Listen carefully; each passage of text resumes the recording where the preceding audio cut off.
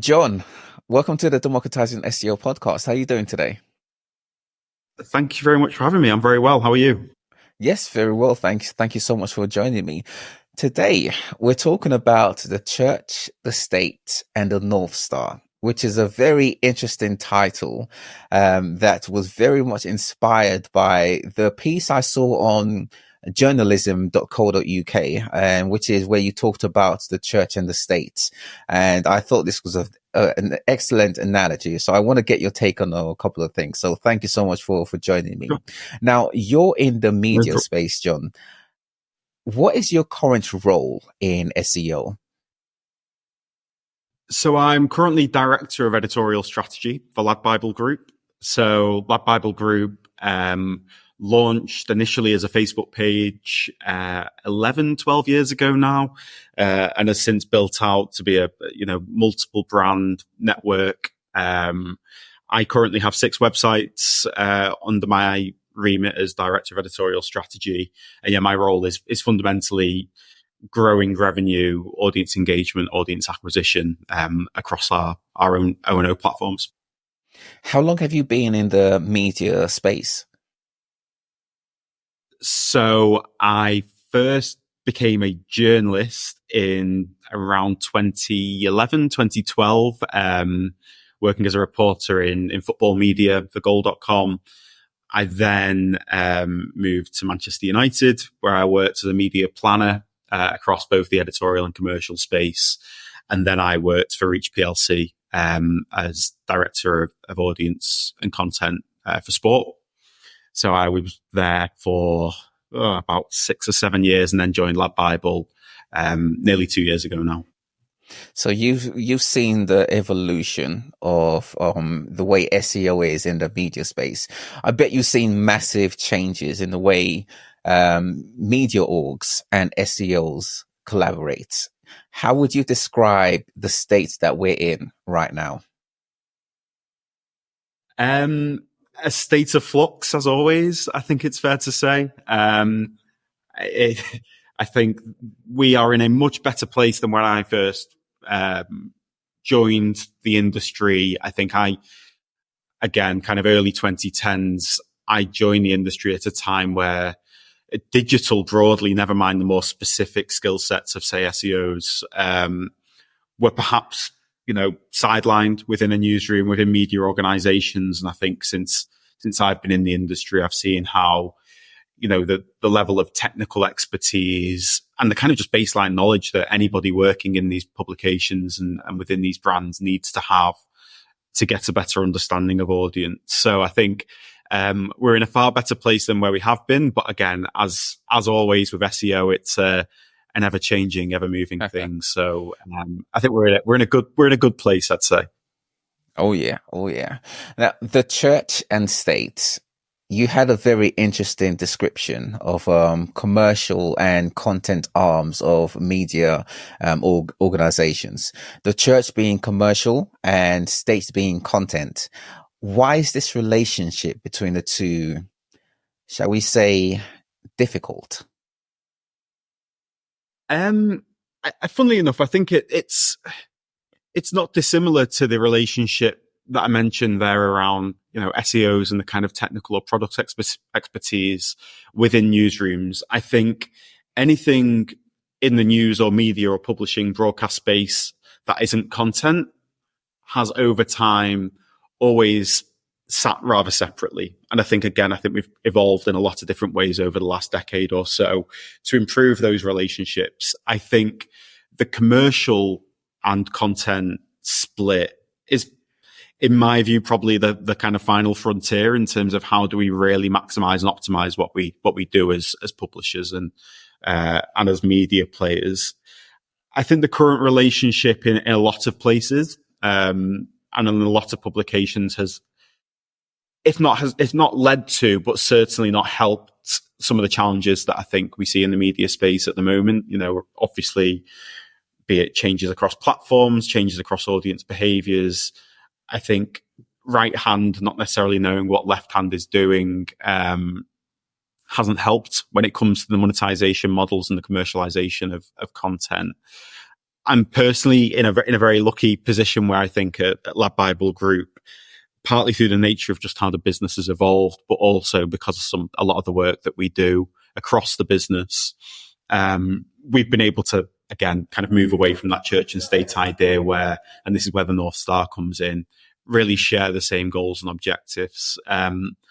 I've always been a big believer in the fact that, you know, our businesses and our journalism and our content can only succeed if there is a strong revenue model to support it and to reinvest into that. So I've always kind of tried to advocate for those deeper relationships and a deeper understanding of, you know, what is it that our commercial teams need? What is it that our audiences need? And what is it that content teams need? And trying to come up with solutions that ideally suit all three. You mentioned the North Star there. In simple terms, how would you describe what the North Star is? So I think for me, it probably differs from business to business. From my perspective and within our business, it's long-term sustainable earnings. You know, it's long-term sustainable revenue. Again, we are a public business. We want to be successful in that business, but also because I think genuinely it has allowed us to grow our teams, grow the way in which we can tell stories, speak to our audiences, and invest in key areas like SEO, where, for example, if LADbible Group had stayed the same size it was 5, 6, 7 years ago, we wouldn't have been able to invest in the certain, you know, be it platforms, people, whatever, that's allowed us to kind of reach new audiences in new different ways. So the North Star typically in any public business is going to be revenue, and it's going to be a financial North Star. But really, it depends on the business. It depends on the publication.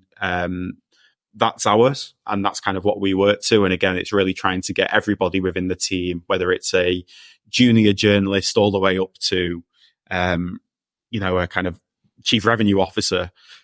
Everybody has a clear understanding of what we're trying to work towards, and we kind of build our strategies backwards from that. When I think of a North Star, I think of, okay, we have to, both teams or both departments or both arms, church and state, have to take a leap of faith, so to speak. And this leap is usually triggered by something. And within SEO, that something tends to be one of three things: either an algorithm update, something competitors do that makes search engines favor them. The third one is something that's done internally, which inadvertently regresses one's SEO. And this trigger, of course, all three are negative. So I'm thinking to myself, does there have to be a negative trigger that has everyone agree and follow this North Star? Or can it be agreed upon without a trigger, or certainly a negative one? I think there's always a trigger. I don't think it's necessarily always a negative one. I always use the analogy of, if you see someone running down the road, they're usually running away from something scary or towards an opportunity that they're really excited about. And I'd use the same kind of idea here. I think, take third-party cookies, for example. On the one side, you know, that could be seen as a negative, quite scary thing for our industry. So we're actively trying to figure out a North Star to how do we best move towards a cookieless future. Equally, I think there's a huge opportunity when it comes to deprecation of third-party cookies. And again, that is a trigger in itself. I don't think we try not to look at anything as inherently negative or positive. It might be a little bit of a cliche, but there are typically opportunities that come out of things that might immediately be seen as negative. So a kind of an example that I point to, just that since in the last kind of 18 months, 2 years since I joined LADbible, we have been an editorial and a content team that was hugely dependent on Facebook audience.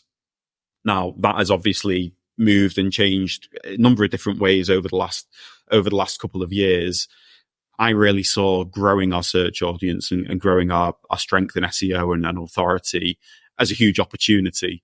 So it wasn't necessarily a negative trigger. It was just the circumstances we were in. I knew that there would be significant opportunities from an audience perspective, from a revenue perspective, if we really went after that North Star within the team of growing our search and diversifying our audience.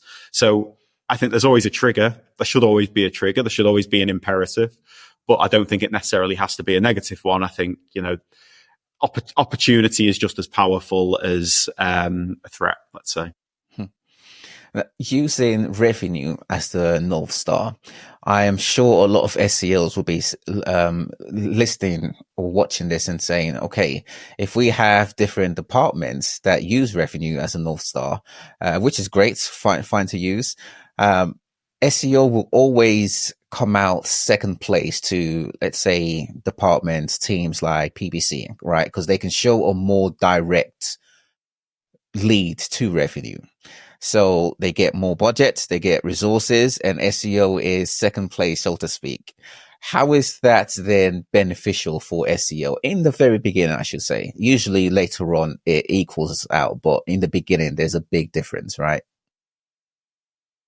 I think, again, it comes back to the diversification piece where, for me, SEO was number one on the list. I came into the business, saw the opportunities within my parts of the business, and from my experience with other publishers, my experience with Reach, I looked and thought the lowest hanging fruit here for us is SEO and search. So although, traditionally there may be more immediate or faster routes to revenue, I think the first thing or the most immediate thing isn't necessarily the best. And for us, there possibly will have been things that we could have done to get a kind of shorter, sharper, quicker win.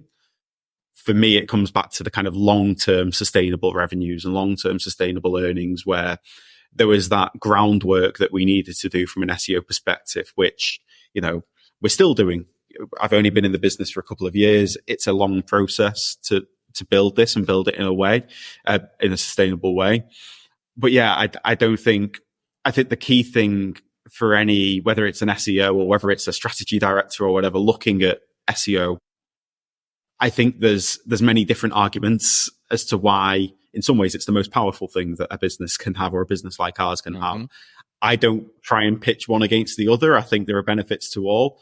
But I think, again, it's a different priority, and it's a different growth opportunity. It might not be the first most immediate thing right in front of you, but if you can do it properly and can nail it and have a really long-term sustainable approach to it, it can become that safety net, or it can become that other thing that we never had before. So I understand the challenge from a kind of marketing perspective when it comes to SEO internally, but I think there are a lot of advantages and benefits that sometimes it's just an education piece within a business, or, showing people, okay, if we do this, it will allow us to open those doors. And as you say, eventually it gets to a place where it can equal, if not do more. I have a theory behind why SEO tends to be the channel that's most isolated within the business. And I put it down to one of two things. One, most of the business leaders tends to come from a more traditional marketing background. They tend to have a traditional marketing background.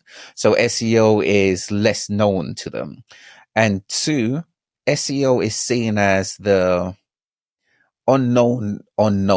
And the route to learning SEO requires education, right? SEOs are always educating folks, either from a business level point of view and or operationally to have things implemented. What role, in your opinion, does SEO play in an organization like yours, a media organization, where implementation is crucial? It's a really good question, and I wouldn't disagree with the theory. I think both of those strands have been and can be true. I think from our perspective, and again, speaking solely for LAD here rather than other organizations, one, it's that diversification piece, which I've already mentioned. It's broadening the ways in which we can speak to people and engage with people. I also think in the way that the world is evolving, be it through third-party cookie deprecation, be it through social media platforms, pivoting towards short form video, for instance, rather than links, which has kind of been in my part of this business a headwind, let's say. I think the critical thing that as we kind of look towards the future is how can we speak to our audience and how can we give our audiences content that they want, that they will actually respond to. And I think whether it be from a kind of the move towards more contextual advertising, which I think is going to be, critical, audience engagement metrics, building that kind of deeper relationship with your audience and giving them exactly what they want. I think that's where SEO becomes very, very powerful. And I think that's how SEO, in my view, not as an expert, has developed to become a better product or a better model to build those relationships with people, rather than, even perhaps 5 years ago, the hacky approach to just kind of get those cheap, quick, easy wins. I think when you look at EAT, when you look at the kind of moves that what really strong SEO is now rewards the kind of best practices that we want to see within our organization, the kind of content that we want to give people. And I see SEO, again, even within the last few years, has really developed into it's the art is along with the science now when it comes to SEO, whereas in the past it was pretty much it was too blunt of an instrument to say that, I'd say, even a few years ago. Yeah, totally. Now, Jon, I want to get your take on content, and I think you're, of course, the right person to speak with about content. And I want to look at content from an SEO lens and also an audience lens. When you think of content, there's always this discussion of what is content in the first place, because you can have all the content in the world that one wants, but is it engaging? So the next question then is, okay, what is engaging content? And you can go on and on and on. And there tends to be a split between, if you like, the way SEOs tend to view content and the way content or content via an organization views content. What I mean by this is SEOs, we tend to look at content from an audience point of view, whereas organizations look at content from their point of view. So it's inside out, whereas SEOs is the other way around. Where's that balance for you? And how do you influence a business to have this balance in place? I'd say audience dictates typically, certainly within our organization and other organizations that I've been in. I think what content is, what you could describe as engaging content, fundamentally, it's never been easier for us through revenue analytics, through audience analytics, to really understand the value of content. It's never been easier from a yield perspective. We have as many data points as you could possibly want to get a real understanding of, okay, what is valued content, both from the market's perspective, but also from our users and from our audiences. So fundamentally, it comes back to what the audience is telling us and what content is, what content should be. And naturally, the platforms can have a say in that in terms of, if there is a sudden shift towards a certain type of content that is valued by the platforms, that naturally will have an impact. But again, that only really reflects how audiences are engaging in the first place. So I think from our side, and I hope this answers the question, I understand there is that kind of outside in, inside out perspective. I think the one thing that kind of sits across all of that is the audience and the kind of people at the kind of final end of the content funnel, so to speak. So we try and start there and work backwards rather than kind of pitching ourselves as, standing on an ivory tower saying what people should care about, or this is the content people should like or should engage with. It's that constant life cycle of we ideate content, we produce, we distribute, and then we analyze. And it's that final piece of the analysis that kind of fits back in. So it's very rare that we just create a piece of content without having carefully studied similar pieces of content or similar stories or similar approaches in terms of how we distribute it. And I think that's probably true of the industry now, and more so in the last few years than it has been previously, where the ideation and the covering of content and the covering of stories, whatever you want to call it, is based on a significant amount of analysis and data that we already have available to us. So I think, yeah, we try to work backwards from what the audience is telling us, I'd say.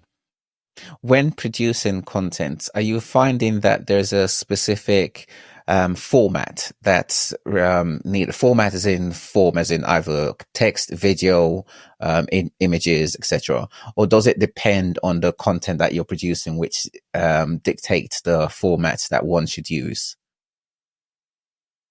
It's a really good question. Typically, it depends on, again, it sounds like a cliche, how we think the audience will best respond to a story.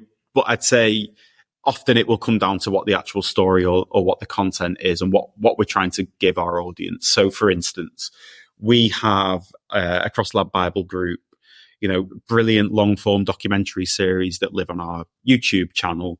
We would then possibly clip up some of that to exist across TikTok, Snapchat, whatever. We will also utilize those interviews and that content across our O&O sites, whether that is transcribing it and putting out as written content, whether it's clipping up the video and putting that on site. So we try and make the most of any. If we think there's a great story to be told, we try and think about how can we format this in the way that suits across platform, give different audiences and different people, different generations, how they want to consume the content as we look more towards kind of Gen Z and Gen Alpha behaviors. There are certain stories that you just physically can't tell through video. And there are also certain stories that don't suit being told through text or image. So it's a bit of a combination, but I'd say, yeah, we typically see what the story is, think how can we best distribute this in as many places as possible. Sometimes that is as simple as it's a written article or a video, but we try and get a mix of both.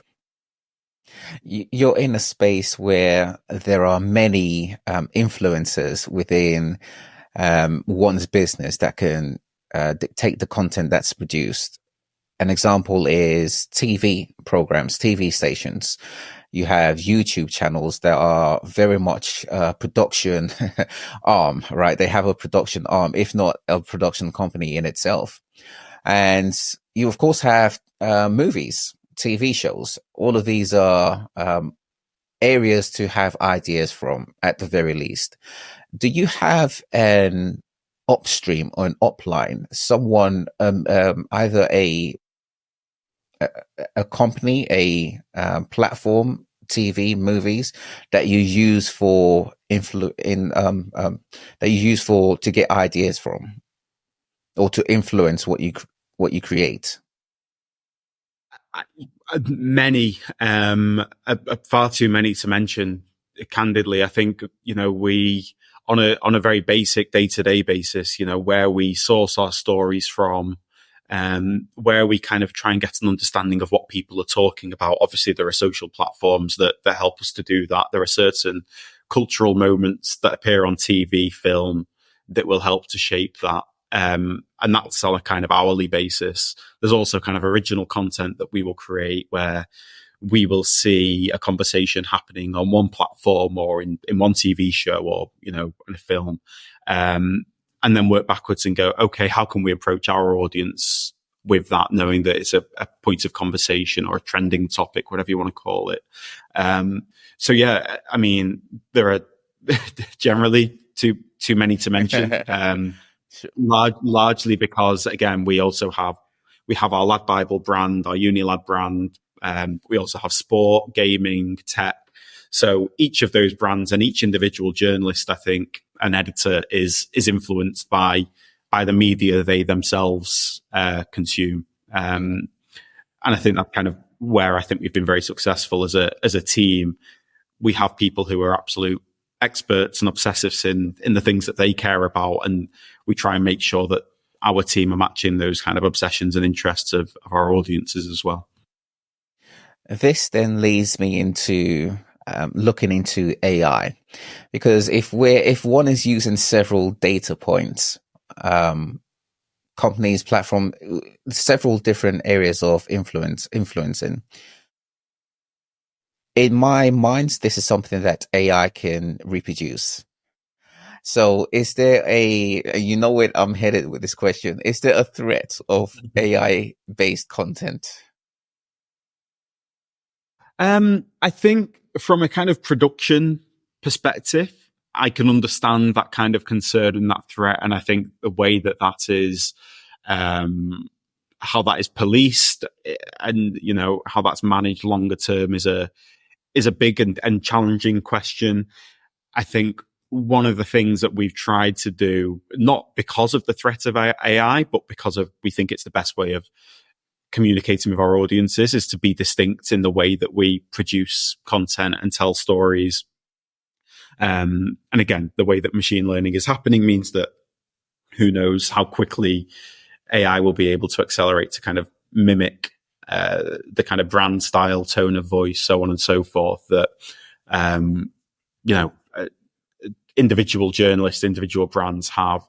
But I think that the thing where I'm very confident that we can utilize AI, don't get me wrong, and we can certainly use it to help shape our approaches and shape our strategies. And we're certainly looking at different ways at how we can do that at the moment. I think what AI can't necessarily do, or certainly not through any model I've seen at the moment, is create those ideas that are genuinely original and genuinely interesting to an audience. I think, again,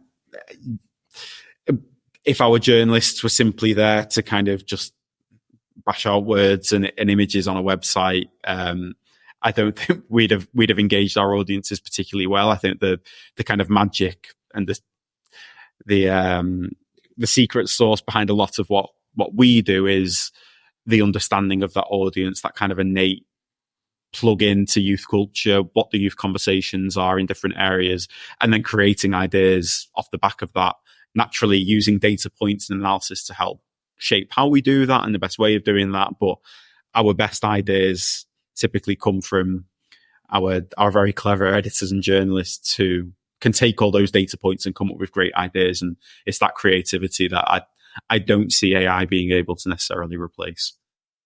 What would you say to an SEO who's at a company, let's say company A, and a commercial director has this brilliant idea to use AI to churn out content, 10x content that they produce, and the SEO is now faced with handling this? What would you suggest to that SEO?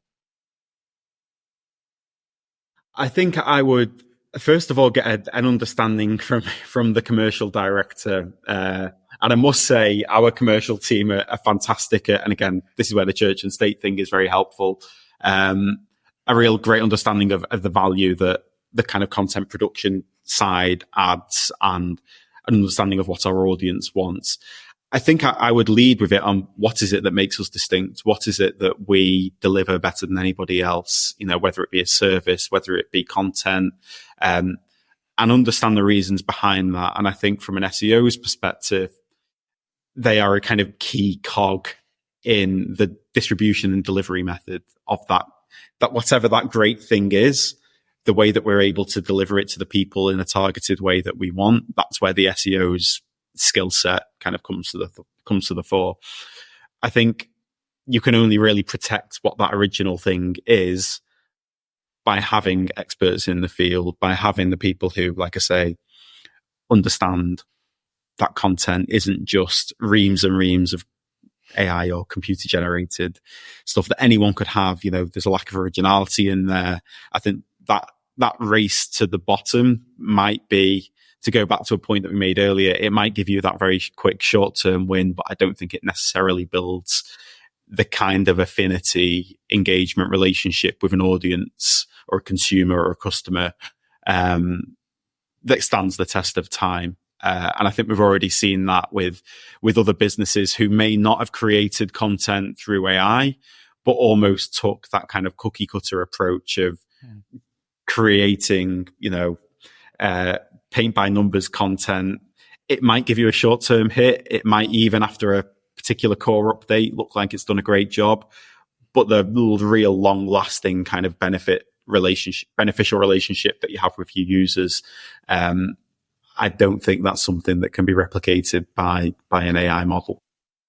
Yeah, I think I'm seeing a handful of companies that I know of that are very keen on AI and almost very eager to use AI to take shortcuts. And I always go back to, okay, what is the brand's moat, right? If they're aiming to protect their brand for their audience, is that really something their audience wants? And if it isn't, why go forth with that approach? Absolutely. I think, it goes back to the analogy of sprinting. And I think sometimes people will sprint towards AI without necessarily looking around them. And, what is the threat here? There clearly is one, and well documented around the industry, but also what are the opportunities here? And again, genuinely, I think just this morning, I was spending some time with our tech director talking about how we can utilize AI in the back end to, speed up some of the processes that we have, allow us to analyze a lot of the data that we have more effectively. And I mean, look, machine learning has been part of digital businesses like ours for some time. I think when it comes to the kind of D2C side of things, and when it comes to what the user or the customer, who fundamentally is the most important part of all of this at the end of the day, as you say, are they actually getting an improved experience because of the introduction of AI? At the moment, I don't believe so on the front end. I think there are certainly things that we can use AI to help get us there and work more efficiently and more effectively. Don't get me wrong. But yeah, when it actually comes to that front end relationship, the reason that a customer met you for the first time, or a user or audience member met you for the first time, have you actually improved that? And I think that's the question that we're always asking ourselves when it comes to the adoption of any new technology or any new approach. Is this actively improving the customer experience? Is it actively improving the long-term relationship that we have with those users? And if we get to a point where we think AI can help with that, well, we absolutely will use it. But at the moment, my view, and I think our view as a business, is that on the front end, AI generated content will only be additive, not necessarily something that replaces what we already have. When journeying to that North Star, when both church and state are making that journey, what are the things that could take one off of that journey? Very, very good question. I'd say headwinds that can encourage behaviors that, again, if the North Star is long-term sustainable revenue, there are often challenges that can come with, be it short-term thinking, be it a lack of understanding or education as to why certain changes are happening. So again, don't get me wrong, I say this as someone who's had a lot of experience of the kind of changing. Let's take core updates, for instance. I've been in businesses and brands where a core update can be very, very helpful. I've also been there when it can be very, very challenging, and it forces you to look at your approach. I think it's those kinds of headwinds that can come from, naturally being part of a wider ecosystem, which we all are, that aren't necessarily within your control. I think it's those distractions that can at times take your eye away from, okay, what are we actually trying to build here, and what are we actually trying to do here? And I think that's human nature. All of a sudden you see that your organic search audience has dropped by 50%. That's naturally going to distract and make you ask questions. I think making sure that everything is rooted in that North Star approach is critical, though, because with any of those challenges, it gives you a baseline of, okay, that might have caused the challenge. That might mean that we need to kind of make changes. We need to be agile. We need to adapt. But we still know that the general direction that we're going in is the same. And I think there's a danger with the North Star approach that it stops people being willing to move and being agile. I think I've been very fortunate with the business that I've joined here, is because it's still a relatively young business, and the last decade in digital media has been a constant shifting, changing landscape where change comes extremely quickly. it's a business that's used to maintaining its eye on that North Star, keeping an eye on this is the direction that we're going in, but also being very quick to pivot and be agile when we need to.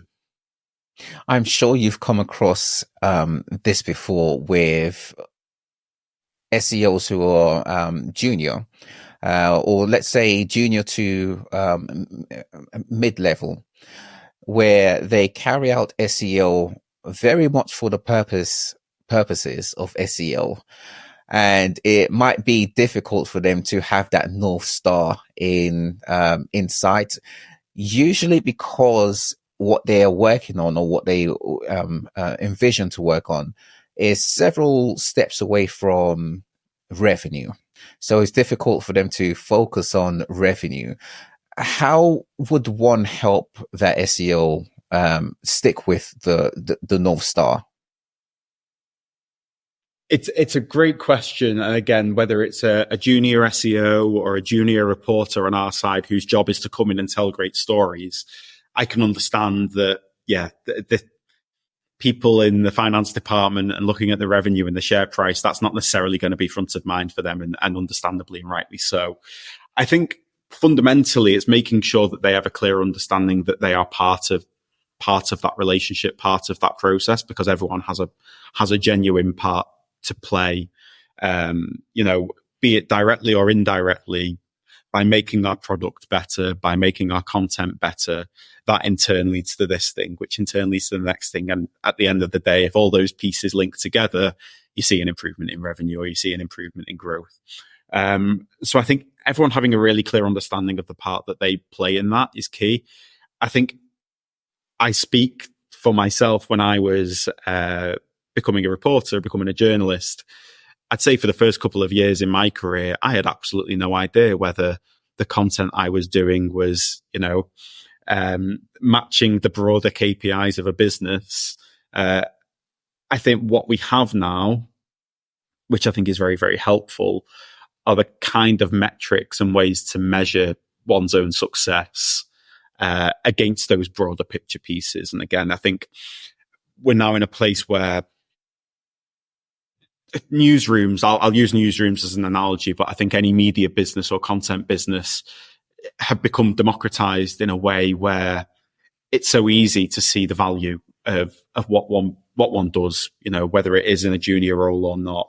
I also think just broadly as an ecosystem in the media, junior content creators, influencers, they can understand that if they do a TikTok and it gets X amount of views, or they put a YouTube video up and it gets X amount of views, they know there's a financial benefit and a financial return of that. And I think we're now in a place where people have a much better understanding of the value of what they give, be it on the content space, the SEO space. What I'd encourage SEOs to do, in the same way I'd encourage people on the content side or the commercial side to do, is ask questions and build a network within their business of people that they can talk to about it. I have no real idea what's going on from a technical SEO perspective within our business. What I'm fortunate to have are good contacts and people within the business who I can speak to about it and get their take on things. Same would be true in the commercial department. Same would be true in our social video department.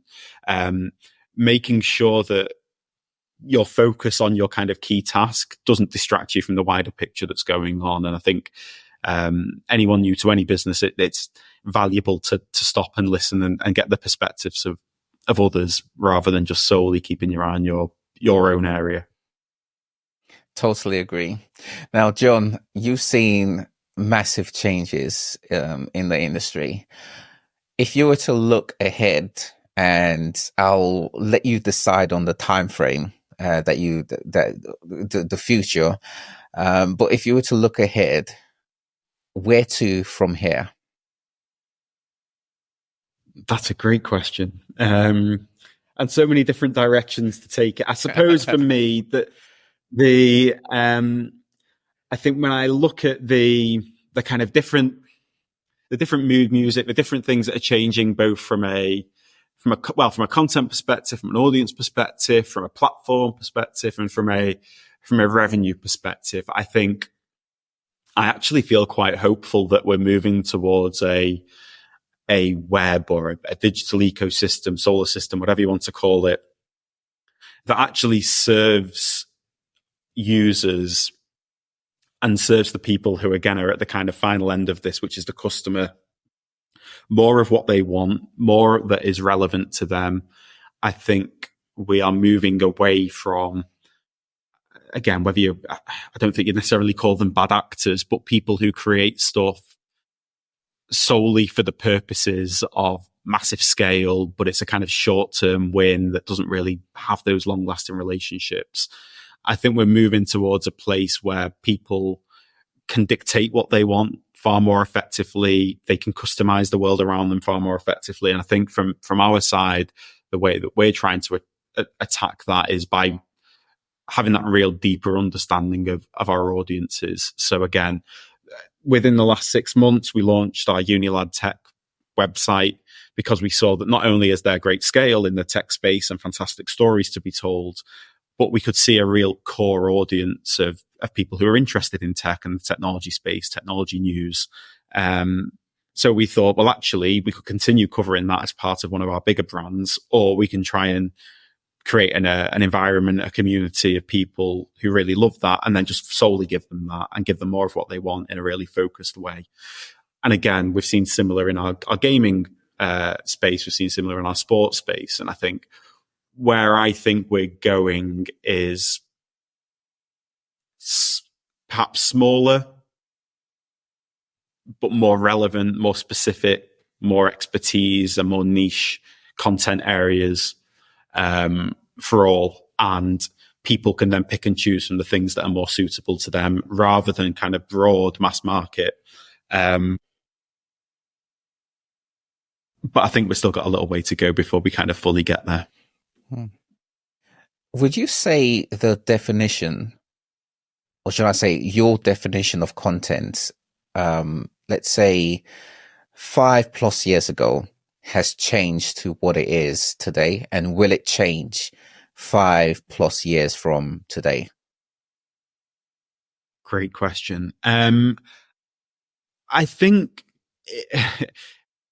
in the broad term, no, it hasn't changed in the last 5 years, because for me, content has always been whatever it is that a user or customer engages with.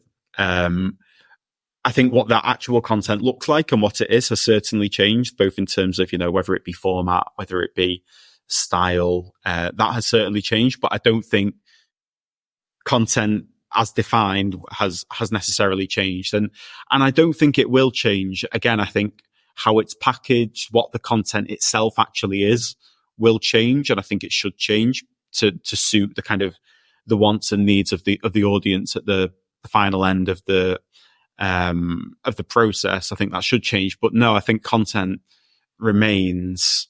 And again, this is what content has been and should be. And the best content is something that services the need of the person who is actually consuming it. So whether it's incredibly helpful, whether it's, a utility that helps people live their lives, whether it's something that entertains them, it's all content.